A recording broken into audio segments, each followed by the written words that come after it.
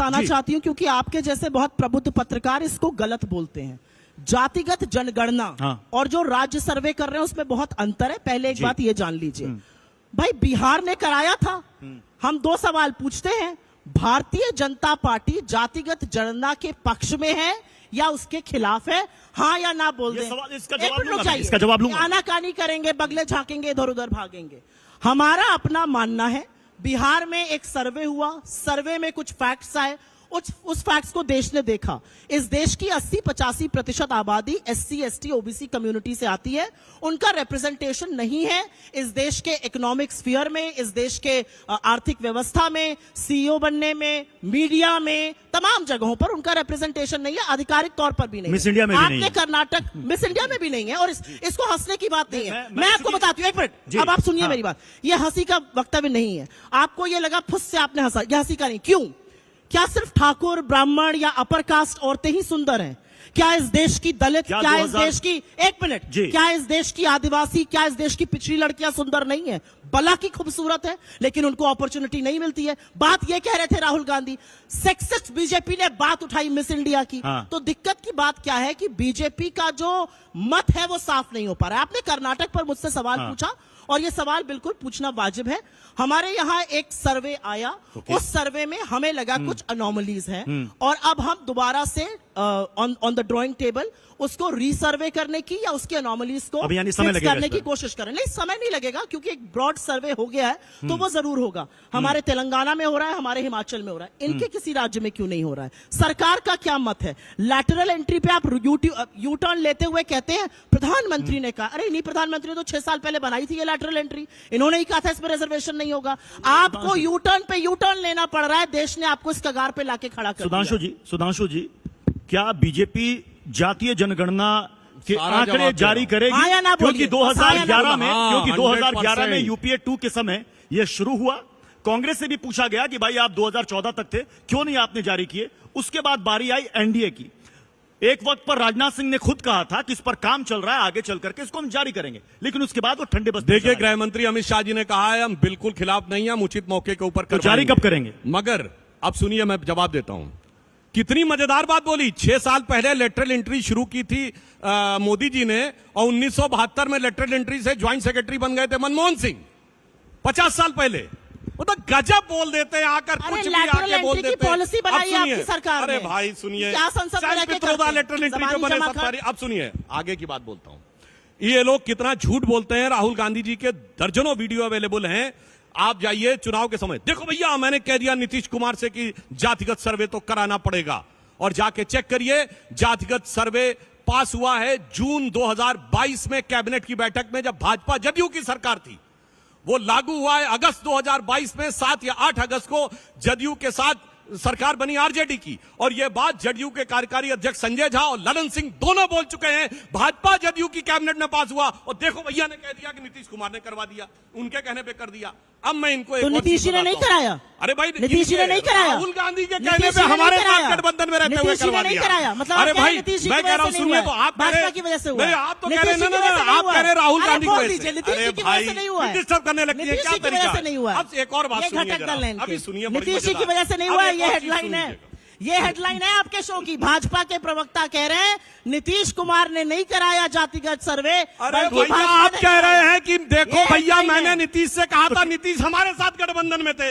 मैं ये कहना चाह रहा हूं सुधांशु जी, मतलब जातीय जनगणना का क्रेडिट बिहार में बीजेपी ले रही है ना? यूपी में आपकी सरकार बीजेपी ले रही है। ये तरीका ठीक नहीं है भाई, मेरे हर बार में डिस्टर्ब करने लगती है। आप सुनिए भाई, नहीं है। अरे भाई, लेकर आए आज। अब सुनिए, आपको फोन देखना पड़ रहा है आज। फोन नहीं, अब सुनिए, लपेट लिया आज आपको। आज आपकी कलाई खोली है मैंने अच्छी, बार बार आपको फोन देखना पड़ रहा है। रुकिए, अरे आप क्या फोन वोन देख रहे हैं? नहीं, यहाँ नहीं, यहाँ नीचे लगाइए, तब आएगा नीचे। मैं तो चाहूंगी, ये टीवी नहीं है तो इन लोगों को सुनाई नहीं देगा। आप बोल दीजिए। मेरा विश्वास जातिवाद में नहीं है। मैं तो नकल में भी अकल की जरूरत होती है। सब मैं करती हूँ, लेकिन टीवी पे करती हूँ तो आवाज पहुंच जाती है। यहाँ पर लोगों को सुनाई नहीं देगा। अपने को एक माने, इस महान देश के महान नागरिक अपनी तय को माने।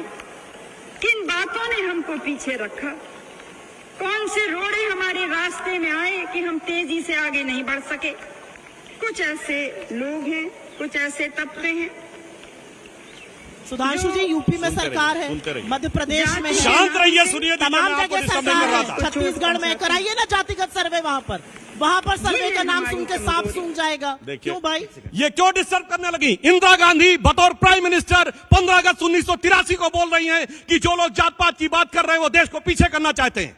बोलिए, इंदिरा गांधी सही है, राहुल गांधी सही? इंदिरा गांधी के जमाने में नारा होता था जात पे न पात पे, इंदिरा जी की बात, इसलिए आपने डिस्टर्ब किया, मुझे पता है। और ये मैं वीडियो आपको दे दूंगा, ये लाल किले की प्राचीर से बोला गया बयान है। एक दौर में नारा होता था, सुनिए, ये जातिगत जनगणना रुकवाई किसने? नेहरू ने, क्योंकि अंग्रेजों के जमाने तक तो होती थी। और शुरू किसने करवाई थी, अभी बताऊं, Herbert Risley, British census commissioner, 1901 में 2378 जातियां। लच्छेदार झूठ नहीं, एक एक फैक्ट बोल रहा हूं। रुकवाई नेहरू ने।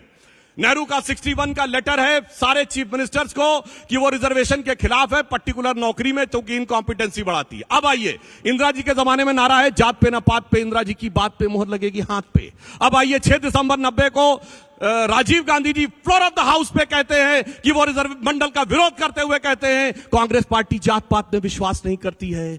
और अब ये जानते क्यों आए हैं? आपको बात बताऊं, वक्त के साथ बदलता आपने किसी का चेहरा इतना नहीं देखा होगा। 2014 में राहुल गांधी, उससे पहले क्या थे? एकदम क्लीन शेप, बढ़िया बबुआ टाइप माहौल बने हुए, हिंदी में अगर शपथ आप लीजिए। व्यक्तिगत पे आएगा तो फिर मोदी जी की भी भाव भंगी और व्यक्तिगत पे चली जाऊंगी। बोल लीजिएगा, बबुआ शब्द का जो आपने प्रयोग किया, अरे बोलने दीजिए, आप बोल दीजिएगा। अरे बोलिएगा, अभी मैं जवाब देता हूं, उसके बाद मैं जो बोल लूं तब बोलिएगा। और उसके बाद हिंदी में शपथ ली और ईश्वर के नाम की शपथ ली 2014। 2019 आया, लगता इससे काम नहीं चलेगा, तो क्या किया? अब टीका लगा के कुर्ते के ऊपर जनेऊ वाले हिंदू बन गए और अपनी जाति नहीं गोत्र भी बताने लगे। कहां? राजस्थान में पुष्कर के मंदिर से निकलते हुए 2019 के चुनाव से पहले।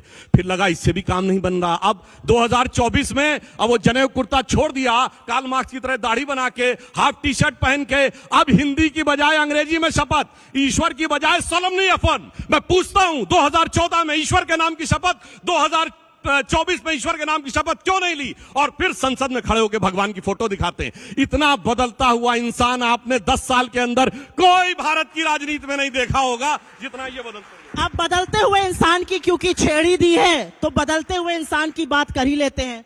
जब मैं मुख्यमंत्री रहूंगा तो मैं जीएसटी का पुरजोर विरोध करूंगा, लिख लिख के विरोध करूंगा, और प्रधानमंत्री बनकर जीएसटी का आर्किटेक्ट मैं ही बन जाऊंगा, नरेंद्र मोदी। जब मैं मुख्यमंत्री रहूंगा तो मैं खाद्य सुरक्षा अधिनियम का लिख लिख के विरोध करूंगा, और जब प्रधानमंत्री बन जाऊंगा तो 80 करोड़ लोगों को फ्री का राशन देने का झुनझुना बजाऊंगा, नरेंद्र मोदी। जब मैं आजादी के आंदोलन में नहीं रहूंगा तो मैं मुखबिरी करूंगा, ब्रिटिशर्स को लिखूंगा इसका दमन करो। दमन करो कैसे? यहां पर भारत छोड़ो आंदोलन का, नहीं तो बहुत बढ़ जाएगा, फिर मैं अपने आप को राष्ट्रभक्त घोषित कर दूंगा। असलियत यह है कि राहुल गांधी एक ऐसे शख्स हैं जिन्होंने आपकी दिन की नींद और रातों का चैन उड़ा दिया है, और असलियत यह है कि आपको समझ में नहीं आ रहा है कि उनके उठाए मुद्दों से कैसे निपटे। राहुल गांधी टी शर्ट पहने, क्लीन शेव रहे, दाढ़ी रहे, इस पर ज्यादा चिंतित है भारतीय जनता पार्टी। समय और परिस्थिति यह है कि इस देश के आदिवासी, इस देश के दलित, इस देश के पिछड़े सीईओ नहीं है, बड़ी बड़ी जॉब्स में नहीं है, गवर्नमेंट ऑफ इंडिया में सेक्रेटरीज नहीं है, उनको इक्वल रिप्रेजेंटेशन नहीं है, और इसलिए जातिगत जनगणना की जरूरत है। जातिगत जनगणना की जरूरत इसलिए है क्योंकि जब एक दलित सरपंच मध्य प्रदेश में एक डीएम के यहां आती है तो उसको बोला जाता है अगर कुर्सी पर बैठने का बहुत शौक है तो अपने घर से कुर्सी ले आओ।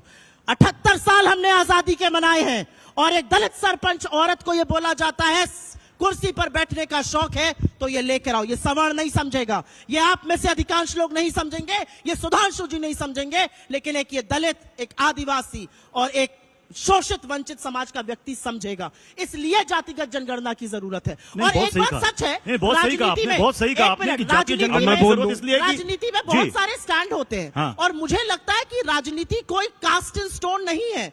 अगर देश की परिस्थिति, अगर लोगों को मौके नहीं मिल रहे हैं तो बिल्कुल आपको स्टैंड बदलना पड़ेगा। बीजेपी ने जीएसटी क्यों लाई?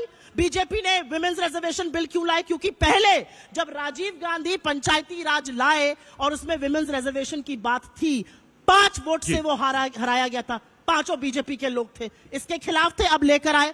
तो मेरा अपना मानना है कि राजनीति में, राजनीति is a dynamic thing, it must change. ठीक है। If it is not changing, जातीय जनगणना बहुत नहीं, जातीय जनगणना की जरूरत है, क्योंकि बोल इसी के आधार पर आपको आरक्षण का कोटा तय करना है। 1931 के आंकड़े, देश की आजादी से पहले के आंकड़े। एक मिनट में बात करना, एक फैक्ट, मंडल कमीशन के विरोध में ये भी थे, पूछिए इनसे। आज जो बड़ी बड़ी छात्र मंडल कमीशन के विरोध में थे। कांग्रेस भी रही शासन में लंबे समय तक, बीजेपी भी रही, क्यों नहीं हुआ अभी तक? अभी इन्होंने बोला कि पंचायती राज राजीव गांधी लाए, 5 वोट से गिर गया, 5 वोट बीजेपी के थे, बीजेपी के सांसद ही 2 थे। बोलो भाई, कुछ भी बोलने लगती है। राजीव गांधी के जमाने में बीजेपी के सांसद ही 2 थे, राजीव गांधी कहते थे हमें पकड़ लिया गया, झूठ छोड़िए, फिर आप क्यों बोलने लगती है। आज सुनिए, अब बताता हूं, 2011 में जनगणना हुई, इनकी सेंसस कराई, भारत सरकार में 140 सेक्रेटरीज थे। कितने थे बताइए? SC ST, SC 0, ST 2। किसकी सरकार थी? अभी हमारे कैबिनेट, अब आप देखें, आप बोल रही थी, मैं एकदम शांत रहा, आपने अपने टर्न पे बोलिए। अभी भारत सरकार के कैबिनेट सेक्रेटरी बने हैं, बता रहा हूं, उसका भी जवाब दे रहा हूं। देखिए, भारत सरकार का सेक्रेटरी यूपीएससी में सेलेक्ट होकर प्रमोशन के द्वारा एक स्टेज के बाद 26-27 साल के बाद पहुंचता है। ये कांग्रेस का अध्यक्ष पद नहीं कि पैदा होते ही सीधे अध्यक्ष बन गए, वो एक प्रक्रिया के थ्रू होता है। आज भारत के जो कैबिनेट सेक्रेटरी हैं वो 1987 बैच के हैं। 87 में आपकी पार्टी नहीं, आपके पिताजी की सरकार थी। बताइए कितने SC ST OBC थे? अरे उन्हीं में से तो बनेंगे आके। अगर आपने उस समय रिजर्वेशन दे दिया होता, काका का लेकर कमेटी की रिपोर्ट मंडल 1980 में लागू कर लिया होता, तो 87 वो भी होता। अब सुनिए, हमेशा मेरे में ये डिस्कस कर रही है, समय बिल्कुल समाप्त हो रहा है। मैं सुधांशु जी, सुप्रिया जी, आप दोनों बिल्कुल समय कम, बिल्कुल समय कम, बिल्कुल क्या करने के लिए आए? झुंझुना बजाने के लिए?